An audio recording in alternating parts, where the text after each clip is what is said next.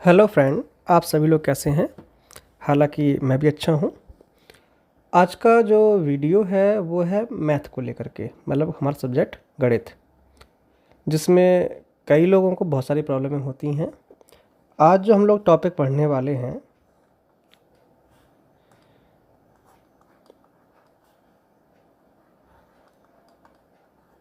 थोड़ा दूर लग गया। टॉपिक जो हमारा है वो है आपका मैथ में फिगर्स का, जिन्हें हम बोल देते हैं ज्योमेट्री। शुरुआत कहाँ से होती है, मतलब जब हम शुरू करते हैं ज्योमेट्री पढ़ना तो शुरू कहाँ से करते हैं। तो सिंपल हम लोग शुरू करते हैं एक पॉइंट से। सिंपल सा एक पॉइंट। पॉइंट की क्या क्या प्रॉपर्टी हैं, ना तो इसकी कोई लेंथ है, ना इसकी कोई ब्रेथ है, ना इसकी कोई हाइट है। ये बस क्या है, एक पॉइंट है, सिर्फ पॉइंट, इसके अलावा कुछ नहीं। ठीक है ना। इसके आगे बढ़ते हैं तो हमें पढ़ाया जाता है क्या, ओपन फिगर और क्लोज का फिगर। कुछ फिगर ऐसे जो क्या है बंद भी होते हैं, कुछ क्या है खुले होते हैं। तो दोनों में अंतर क्या है उसके बारे में। तो कोई भी फिगर जो आपका बंद हो, जैसे मैंने फिगर बनाया और ये बंद हो गया, टच हो गया, इससे कोई चीज़ बाहर नहीं जा सकती, तो ये फिगर आपका कहलाएगा क्लोज फिगर। क्लोज फिगर कह दें या क्लोज कर्व कह दें तो एक ही बात है। और वहीं ऐसा कोई फिगर जो ओपन हो, मतलब जैसे मान लो फिगर ये बनाया हमने और ये यहाँ से ओपन हो, तो यहाँ से कोई भी चीज़ क्या है आ सकती है और क्या है जा भी सकती है। तो ये हो जाता है ओपन, ओपन फिगर या ओपन कर्व। ठीक है ना। मेरे ख्याल से भी समझ में आ गया होगा। थोड़ा आगे बढ़ते हैं, इसमें कोई ज़्यादा हार्ड नहीं है, सिंपल है बिल्कुल ये। इसके बाद आगे है हमारा, फिर आपने नाम सुना होगा एक लाइन। नाम आपने सुना होगा क्या, लाइन। तो लाइन क्या है, लाइन सिंपली क्या है, एक प्रकार की सीधी लाइन मान लीजिए, जिसकी दोनों साइड में क्या आपको एक एरो मिल जाता है। और बुक में आप देखोगे तो कुछ इस प्रकार से यहाँ दो कट बने होंगे, यहाँ लिखा होगा ए, यहाँ लिखा होगा बी। तो ये लाइन तो हमें मिल गई। अब इसका मतलब क्या है, मतलब इसका ये होता है जिसकी ना हमें पता है शुरू कहाँ से है, ये लाइन शुरू कहाँ से हमें नहीं मालूम, और ये एंड कहाँ पर है हमें ये भी नहीं मालूम। कहाँ से ये आई है, कहाँ को ये जाएगी, हमें दोनों चीज़ मालूम नहीं है। तो ऐसी बनी लाइन को हम बोलते हैं सिर्फ लाइन। जैसे कि हम आपको अर्थ से बाहर निकाल दें, आप अर्थ के इस तरफ देखो तो स्पेस ही स्पेस पड़ा है, पूरा स्पेस है, अंतरिक्ष में कुछ है ही नहीं। इस साइड भी पूरा खाली, इस साइड भी पूरा खाली, कहाँ से शुरू हुआ कहाँ ख़त्म हुआ पता ही नहीं है। तो वही यहाँ पर क्या है, लाइन। इसके बाद हमें एक पढ़ने को और मिलता है, उसे बोलते हैं रे।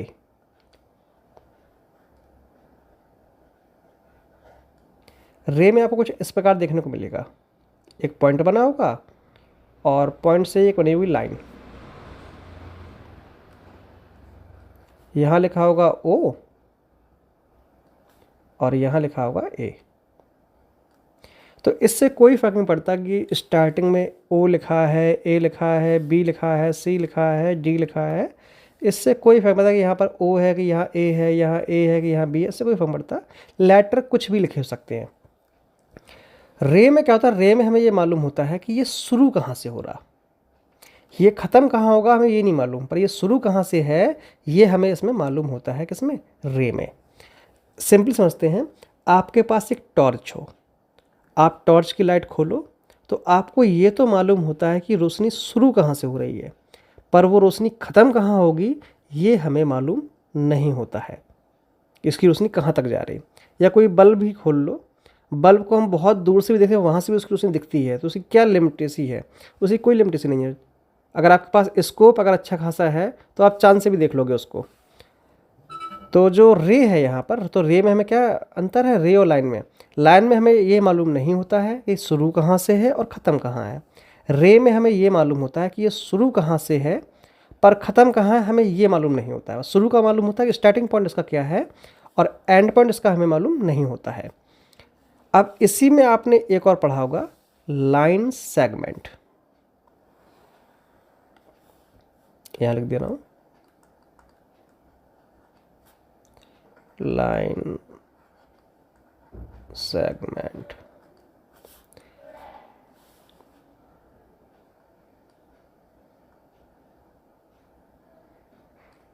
लाइन सेगमेंट, इसमें क्या होता है, आपने एक इस प्रकार यहाँ देखा होगा, एक इस प्रकार देखा होगा, यहाँ लिखा होगा ए और यहाँ लिखा होगा बी।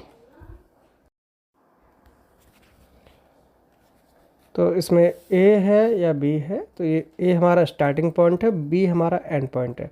तो लाइन सेगमेंट में हमें ये मालूम होता है कि कोई लाइन शुरू कहाँ से हो रही है और वो ख़त्म कहाँ पर हो रही है। सिंपली ऐसे आप दुकान पे गए रस्सी लेने, तो आपको ये मालूम है शुरू ये 0 से है और हमने उससे 1 मीटर मांगा, 2 मीटर मांगा, जितना मांगा वो उतने पे जाके उसको ख़त्म कर देगा।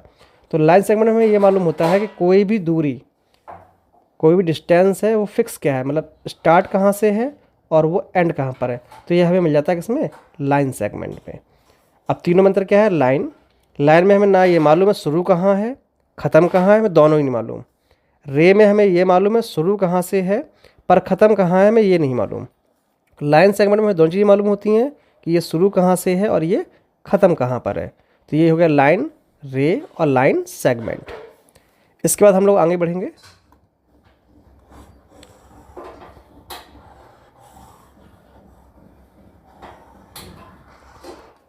सभी ने सर्कल पढ़ा होगा।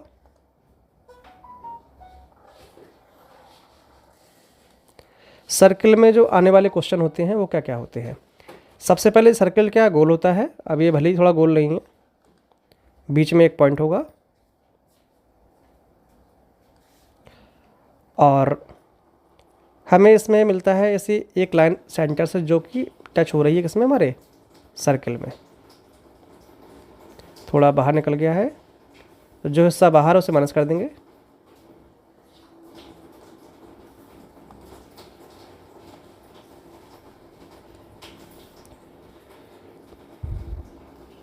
इसके बाद आगे बढ़ेंगे।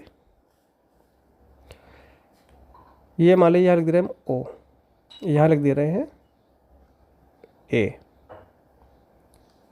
तो जो यहाँ पर ओ ए है, ओ से जो ए की दूरी है, जो सेंटर से हमारे सर्कल पे जो दूरी है उसे हम बोलते हैं रेडियस। और जो हिंदी मीडियम वाले स्टूडेंट हैं उन्हें बता दूं, उन्हें बोलते हैं त्रिज्या।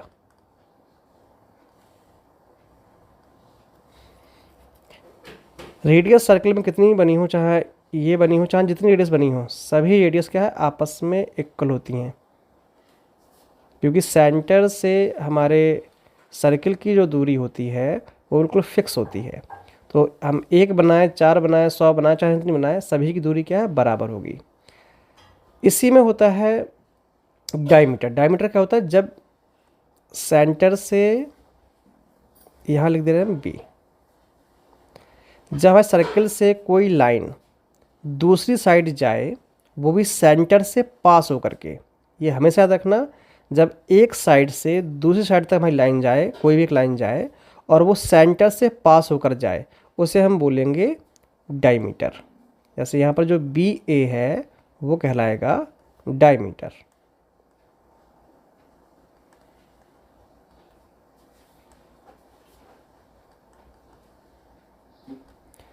और एक डायमीटर में 2 रेडियस होती हैं। अब कैसे होती हैं, देखो ओ से लेकर के ए तक एक रेडियस हमारी ये हो गई और ओ से लेकर के ए तक एक रेडियस हमारी ये हो गई।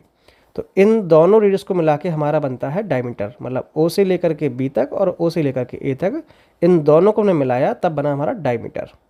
और ध्यान रहे, एक बिल्कुल सीधी लाइन जो सेंटर से पास होके जाए उसे हम बोलेंगे डायमीटर, और जो एक साइड से दूसरी साइड तक जाए, ऐसा ना हो कि कहीं और पहुंच जाए, तो वो नहीं, एक साइड से दूसरी साइड, अब आर पार निकल जाए तो वो नहीं होगा, ठीक है ना। अब इसी में कोई क्या सर, अगर पास होकर के ना जाए तब, मान लो कोई एक लाइन है, यहाँ से मैं लाइन ड्रॉ की और ये लाइन बना दूँ मैं यहाँ तक। अब कोई कहे कि सर इस लाइन को कहेंगे, मान लो मैं यहाँ लिख दे रहा सी, यहाँ लिख दे रहा है इसको डी। ये जो सी डी लाइन आप देख रहे हैं इसे बोलते हैं कॉर्ड।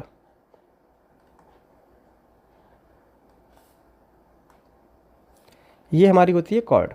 जब कोई लाइन सेंटर से पास ना हो और क्या है दाएं बाएं पास होती रहे तो वो कहलाती है कॉर्ड। और जब यही कॉर्ड सेंटर से पास हो जाती है तो ये बन जाती है डायमीटर। डायमीटर को हम लोग बोलते हैं सबसे लंबी कॉर्ड। अगर आपसे कोई पूछे सबसे लंबी कॉर्ड कौन सी होती है तो क्या आप कहेंगे डायमीटर। और जो सेंटर से पास ना हो वो डायमीटर कभी नहीं कहलाएगा, वो हमेशा फिर कहलाएगा कॉर्ड। तो मेरे ख्याल समझ में आएगा कि सर्किल में क्या क्या है, पहले रेडियस है, फिर डायमीटर है और फिर उसके बाद क्या है कॉर्ड है। अब जो क्वेश्चन आपके पास आएंगे सर्किल से पूछने के लिए वो क्या आता है कि आपको रेडियस दे दी किसी ने क्या 12 सेंटीमीटर, रेडियस जो है वो है 12 सेंटीमीटर, तो डायमीटर क्या होगा। तो ध्यान रखिए डायमीटर क्या हमेशा दुगना होता है रेडियस का, क्योंकि इसमें 2 रेडियस होती हैं। तो आप लोग 2 मल्टीप्लाई और रेडियस,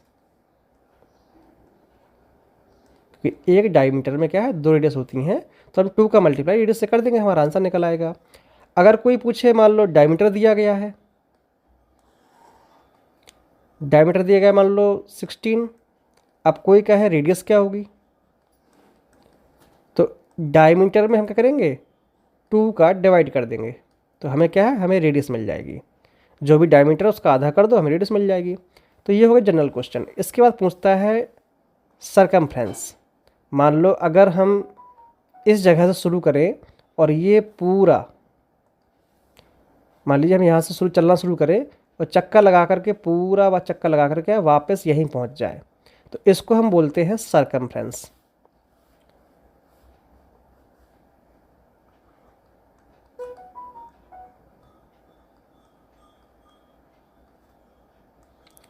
सरकमफ्रेंस ये ई है पूरा, ENCE है। तो सरकमफ्रेंस का जो फार्मूला होता है वो होता है 2 पाई आर। तो 2 पाई आर की हेल्प से हम निकालते हैं सरकमफ्रेंस का जो हमारी परिमाप है उसे हम निकालते हैं। अब अगर कोई कहे कि सर इसमें क्वेश्चन जो है वो किस प्रकार से पूछा सकते हैं, तो जो क्वेश्चन आपके आएंगे मैं बता दे रहा हूँ आपको। क्वेश्चन या तो ये पूछेगा आपसे कि मान लो एक सरकमफ्रेंस है, उसका डायमीटर जो है सर्किल है उसका डायमीटर मान लो 14 है, तो उसका सरकमफ्रेंस क्या होगा। तो पहले डायमीटर से निकालेंगे, पहले आप रेडियस, रेडियस क्या आएगा हमारा आधा मतलब 7, और फिर इसका सी की वैल्यू क्या होती है 2 पाई आर। आपसे कहा गया कि डायमीटर 14 है, तो सर्कल का सरकमफ्रेंस क्या होगा, मतलब ये पूरा सर्कल जो है उसकी डिस्टेंस क्या होगी।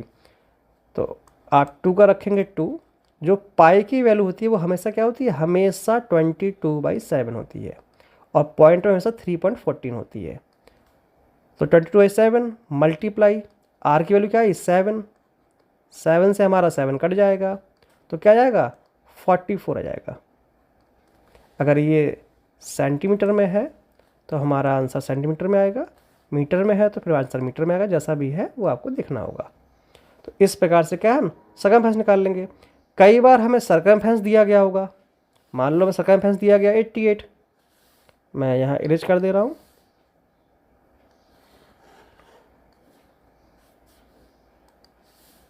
मान लीजिए सी की वैल्यू कर दी गई आपको 88 और आपसे कहे कि आर निकालिए, आर उसे नहीं मालूम, तो फिर आप करेंगे C equal to 2 multiply pi multiply R, चाहे सीधा 2 पाई आर लेते कोई दिक्कत नहीं। सी की वैल्यू क्या है 88, 2 का 2 मल्टीप्लाई 22/7 और यहाँ मल्टीप्लाई आर। अब देखिए 88 का 88 मल्टीप्लाई 7 देखो यहाँ डिवाइड में है तो सामने किस में होगा, मल्टीप्लाई में। और जो ऊपर की वैल्यू है ये आपस में यहाँ मल्टीप्लाई में है, ऊपर ये पहुँचेंगे कहाँ, नीचे। जब हम क्रॉस मल्टीप्लाई करते हैं तो नीचे की वैल्यू आती है ऊपर, ऊपर की वैल्यू आती है नीचे। तो 2 मल्टीप्लाई यहाँ हो जाएगा 22 इक्वल टू आर। 22 से काट दो इसको, 22 4 जा 88, 2 1 जा 2 और 2 2 जा 4, 7 2 जा आपका 14 आंसर आ गया। तो 14 वैल्यू किसकी आ गई, आर की। अगर डायमीटर पूछता तो हम 14 में 2 का मल्टीप्लाई कर देते तो हमारा आंसर 28 आ जाता, अगर वो डायमीटर पूछता तब। तो यही क्वेश्चन है जो सर्कल से हमसे पूछ जाते हैं। तो आज मैंने आपको बताया पॉइंट, लाइन, रे, लाइन सेगमेंट और सर्किल। इसमें बस इतने ही क्वेश्चन है। एक क्वेश्चन इसमें आता है एरिया ऑफ सर्किल। अगर सर्कल का आपको पूछा जाए एरिया, जो अंदर का एरिया है वो पूछ जाया कर। तो